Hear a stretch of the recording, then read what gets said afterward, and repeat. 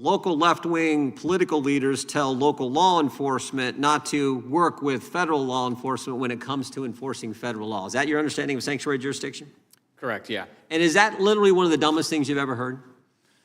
Yes, and it's against federal law as well because it's no a crime to kidding. steal But in a third of the country that goes on. And last year alone, we just marked this bill up 2 weeks ago. Last year alone, 2025, 17,864 times, ICE would file a detainer with a local jail, local detention center, where there's a person who's in the country illegally and been charged with the crime, and ICE would send a detainer notice saying, hey, if you're gonna let this guy out, give us a call. And 17,864 times in 2025, local law enforcement, because left-wing politicians told them to, would not work with federal law enforcement and many times release these people to the streets.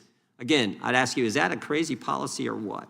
It's absolutely crazy, and it's totally counterproductive for everybody, illegal immigrants and legal immigrants who live in those communities. And would you be surprised to learn that several of those people who were released then went out and caused harm, did some crime against some other American, or maybe some other migrant, who knows, but committed some crime after they've been released when they could have been turned over to federal law enforcement? It's not surprising. Subscribe, God bless you. Hey, my fellow American patriots. This is America Truth Channel, your frontline right-wing warrior for God, country, and the Constitution. Welcome back to another no-holds-barred reaction video. Today, we're diving into this absolute brutal moment from the House Judiciary Committee where Chairman Jim Jordan from Ohio goes full savage mode questioning Thomas A. Saenz, the president and general counsel of the Mexican-American Legal Defense and Educational Fund, better known as MALDEF. As a proud right-wing patriot who puts America first, believes in secure borders, rule of law, and protecting American citizens above all else, this hearing fires me up like nothing else. Jim Jordan is out here doing what real conservatives should do, holding radical open borders activists accountable. Let's break this down clip by clip with the facts, the fireworks, and my raw, red-blooded take on why this exposes the entire Democrat agenda. Right out of the gate. Thanks, gentleman from California, and I will now recognize the chairman of the committee, Mr. Jordan. Thank you, Mr. Chairman. Mr. Rogers, what percentage, any idea what percentage of the United States population lives in a sanctuary jurisdiction? That's a good question. I don't have that numbers, but it's far too high. It should be zero. Yeah, it should be zero, but it's like 31.5%. 18 cities, 11 states, 3 counties, and the District of Columbia. And because these are big blue cities, big blue states, again, almost a third of the population lives in a jurisdiction where, and correct me if I'm wrong, but where local left-wing political leaders tell local law enforcement not to work with federal law enforcement when it comes to enforcing federal law. Is that your understanding of sanctuary jurisdiction? Correct, yeah. And is that literally one of the dumbest things you've ever heard? Yes, and it's against federal law as well because it's no a crime to kidding. steal But in a third of the country that goes on. And last year alone, we just marked this bill up 2 weeks ago. Last year alone, 2025, 17,864 times, ICE would file a detainer with a local jail, local detention center, where there's a person who's in the country illegally and been charged with the crime, and ICE would send a detainer notice saying, hey, if you're gonna let this guy out, give us a call. And 17,864 times in 2025, local law enforcement, because left-wing politicians told them to, would not work with federal law enforcement and many times release these people to the streets. Again, I'd ask you, is that a crazy policy or what?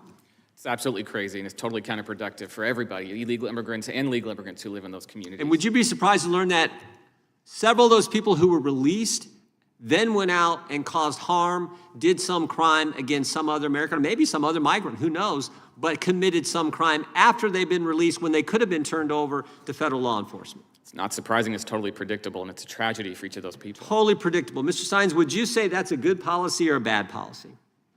Which policy? Policy, sanctuary jurisdiction. It's a good policy. It's a good policy to let 17,000 people out, potentially 17,000 people not on a detainer, and let some of those people released to the streets who had already been charged with the crime, and then they commit another crime, and you're saying that's a good policy?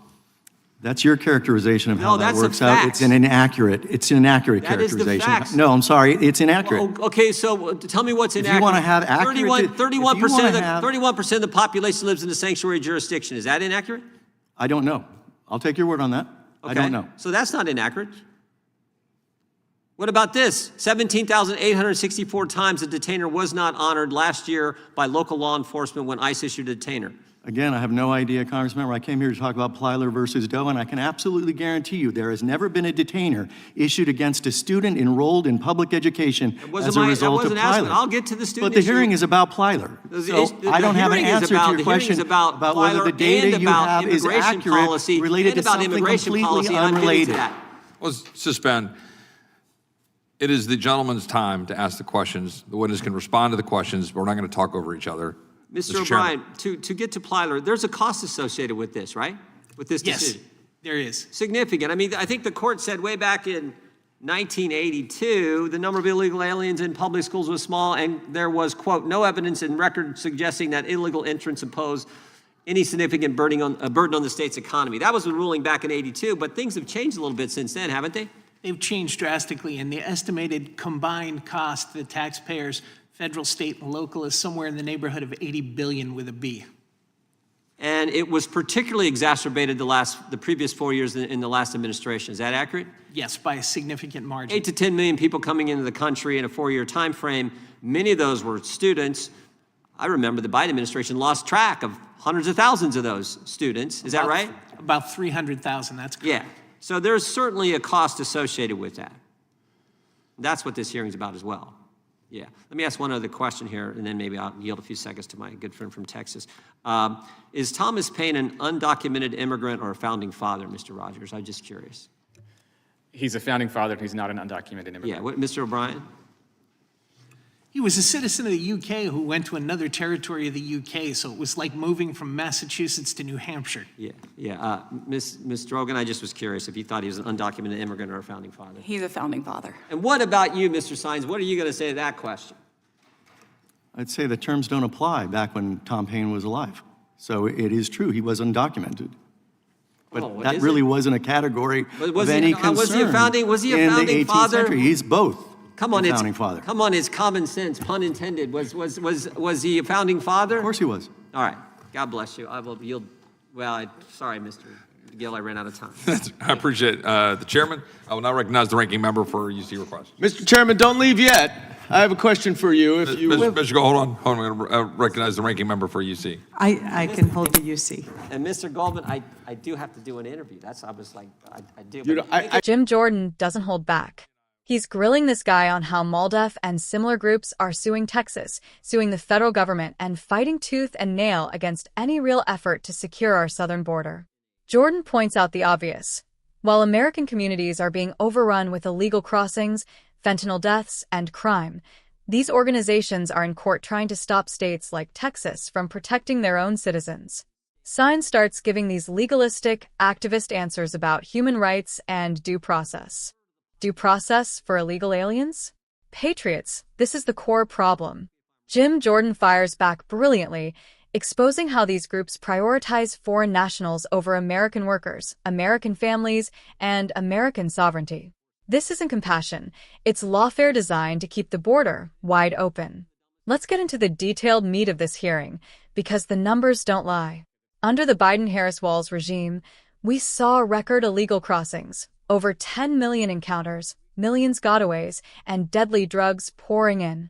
Jim Jordan calls out how groups like MALDEF have weaponized the courts to block Remain in Mexico, block wall construction, and even challenge basic state actions like buoys in the Rio Grande. As a right-wing patriot, I see this as treasonous-level undermining of our nation. These activist lawyers aren't defending migrants out of love. They're part of a radical machine that wants demographic change, cheap labor for big corporations, and more future Democrat voters. Meanwhile, American veterans sleep on streets. Black and Hispanic communities suffer from crime spikes in sanctuary cities, and our schools and hospitals are overwhelmed. Jordan nailed it when he highlighted the hypocrisy.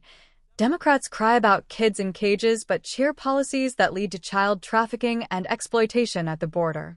This hearing shows the clash perfectly. Strong, Fact-based questioning from Jordan versus evasive, ideology-driven responses from the left's legal army. Now here's my full, unfiltered right-wing patriot opinion. This brutal moment exposes everything wrong with the radical left's open borders agenda. Thomas Saenz and MALDEF represent the problem. Organizations that put Mexican interests, globalist agendas, and illegal aliens ahead of the United States of America. Jim Jordan is a hero for not letting him dodge the questions. We need more fighters like him who refuse to accept the destruction of our sovereignty. Think about it, patriots. Every illegal crossing costs taxpayers thousands in welfare, healthcare, education, and law enforcement. Fentanyl from the border has killed hundreds of thousands of our fellow Americans, many young people in red states and blue. Crime waves in places like New York, Chicago, and Denver with Venezuelan gangs and repeat offenders. And what do Democrats and their allies do? Sue anyone trying to stop it. This is why America First means secure borders first. Build the wall, finish it. End catch and release. Deport criminal illegals immediately. No more birthright citizenship abuse. Require proof of citizenship to vote. Cut off federal funding to sanctuary cities. As Ronald Reagan warned, a nation without borders is not a nation. Jim Jordan gets it. Too many rhinos and all Democrats don't going deeper into the hearing. Jordan presses on specific lawsuits and funding. These groups receive grants, donations from big left-wing foundations, and sometimes even government money indirectly, then turn around and sue to paralyze enforcement. This is the deep state working with activist NGOs to override the will of the American people. We've seen the results in places like Springfield, Ohio with Haitian migrant overload, or Aurora, Colorado with Tren de Aragua gang takeovers. Patriots warned this would happen, and the left called us racists. It's not about race. It's about rule of law and capacity. Legal immigration is great when controlled and assimilated. Mass illegal invasion is not. Jim Jordan's questioning style, direct, evidence-based, no-nonsense, is what we need more of in Congress. Contrast that with Democrat members defending the chaos or attacking Jordan instead of addressing the crisis. This hearing is pure red meat for the base and should wake up independents who care about safety and security.